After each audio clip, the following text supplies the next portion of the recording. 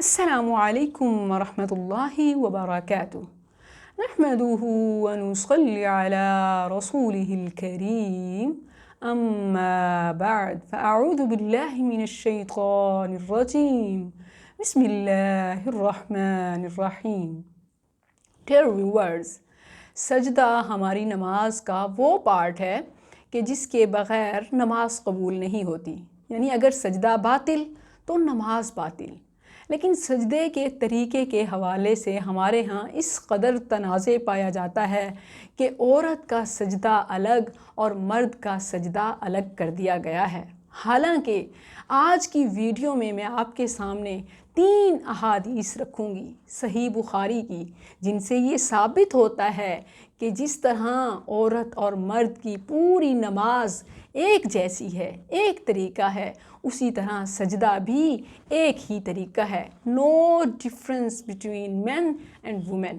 عورت اور مرد کی نماز میں سجدے میں کوئی فرق نہیں. اور اس حوالے سے جو روایات پیش کی جاتی ہیں یا اصل اور صحیح روایات کے بارے میں کہا جاتا ہے کہ یہ منسوخ ہیں، یہ پرانا حکم تھا اور بعد میں چینج ہوا، تو یہ سب غلط ہے.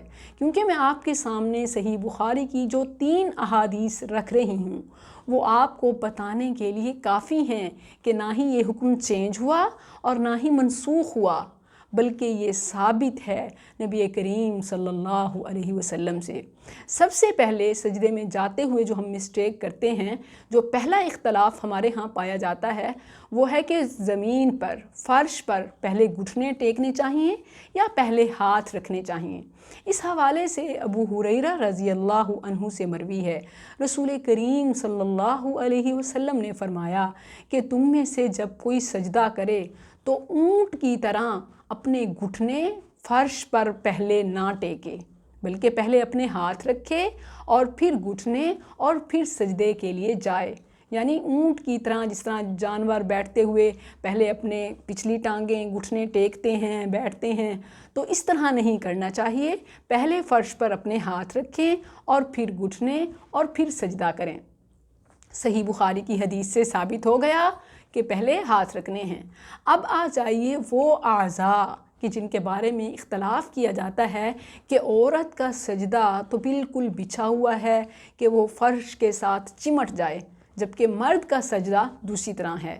تو ویورز، جو حدیث میں آپ کے ساتھ دوسری شیئر کرنے لگی ہوں، نبی کریم صلی اللہ علیہ وسلم نے جنرلی عورت اور مرد دونوں کے لیے تمام مسلمانوں کو حکم دیا، کہا کہ مجھے حکم دیا گیا ہے امرت ان اسجد علی 7 اعظم، 7 اعضاء پر سجدہ کرنے کا حکم دیا گیا، جن میں سے ایک علی الجبہہ، پیشانی پر، جس میں ناک بھی شامل ہے، اور والیدین، اور دونوں ہاتھ، والرکبتین، اور دونوں گھٹنے، واطراف القدمین، اور دونوں پاؤں کے کنارے، ایڑیاں ملی ہوئی ہوں اور پاؤں کا رخ قبلہ کی طرف ہو، انگلیاں فرش پر ٹکی ہوئی ہوں.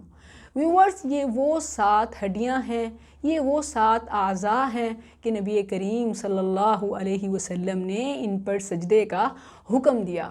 ان میں سے کسی ایک میں کمی بھی، جس طرح بعض نئے نماز پڑھنے والے یا بچے جو نماز پڑھنا سیکھ رہے ہوتے ہیں، تو ہم دیکھتے ہیں کہ اکثر اوقات ان کی پیشانی تو زمین پر ہوتی ہے، ماتھا، لیکن ناک زمین سے بلند ہوتا ہے، تو وہ سجدہ بھی باطل ہے، کیونکہ وہ پھر شامل نہیں ہوتا ان 7 میں سے کہ جن پر سجدہ مست واجب ہے. نہ کمی ہو سکتی ہے اور نہ ہی زیادتی.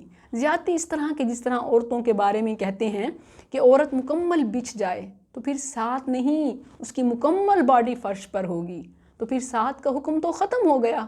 اور یہ کیسے ہو سکتا ہے جبکہ نبی کریم صلی اللہ علیہ وسلم کا فرمان موجود ہے، ثابت ہے، صحیح بخاری کی حدیث ہے، امرت ان اسجد علی 7 اعظم علی الجبہہ والیدین والرکبتین واطراف القدمین.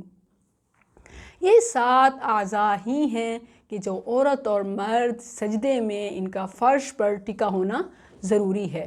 اور نبی کریم صلی اللہ علیہ وسلم کی تیسری حدیث جو سجدے کے حوالے سے میں شیئر کرنا چاہتی ہوں وہ ہے کہ رسول اللہ صلی اللہ علیہ وسلم نے فرمایا اعتدلوا فی السجود ولا يبسط احدكم ذراعيه انبساط الكلب۔ تم میں سے جب کوئی سجدہ کرے تو سجدے میں اعتدال کرے اور اپنی کوہنیوں کو فرش پر ایسے نہ پھیلائے جس طرح درندے پھیلاتے ہیں۔ حدیث میں الفاظ ہے انبساط الکلب کہ جس طرح کتا بالکل ایسے بچھا لیتا ہے اور اس پوزیشن میں ہوتا ہے، تو اس طرح نہیں کرنا چاہیے، بلکہ سجدے میں اعتدال کرو اور جن 7 اعضاء کا زمین پر رکھنے کا حکم دیا گیا صرف انہی پر سجدہ کرو، اور سجدے میں اپنے ہاتھوں کی ہتھیلیوں پر ٹیک لگاؤ۔ سجدے میں پورے بازو نہیں، پورا نہیں ٹکانا، صرف ہتھیلیاں فرش پر ٹکاؤ اور اپنی کوہنیوں کو اپنے بغلوں سے دور رکھو۔ ویورز، ان 3 احادیث کی روشنی میں عورت اور مرد کا سجدہ بالکل واضح اور کلیئر ہو جاتا ہے، سو اختلاف میں نہ پڑیے اور احادیث کو فالو کیجئے۔ احادیث میں عورت اور مرد کے سجدے میں کوئی فرق نہیں، جس طرح پوری نماز میں کوئی فرق نہیں۔ نبی کریم صلی اللہ علیہ وسلم کا فرمان ہے، صحیح بخاری کی حدیث ہے، صلوا کما رأیتمونی اصلی، جس طرح مجھے نماز پڑھتے دیکھا اسی طرح نماز پڑھو۔ عورت کی نماز صحابیات یا ازواج مطہرات کی طرح نہیں، بلکہ نبی کریم صلی اللہ علیہ وسلم کی طرح ہی ہے، جس طرح کہ مردوں کی نماز نبی کریم صلی اللہ علیہ وسلم کی طرح ہے۔ جزاکم اللہ خیر۔ السلام علیکم ورحمۃ اللہ۔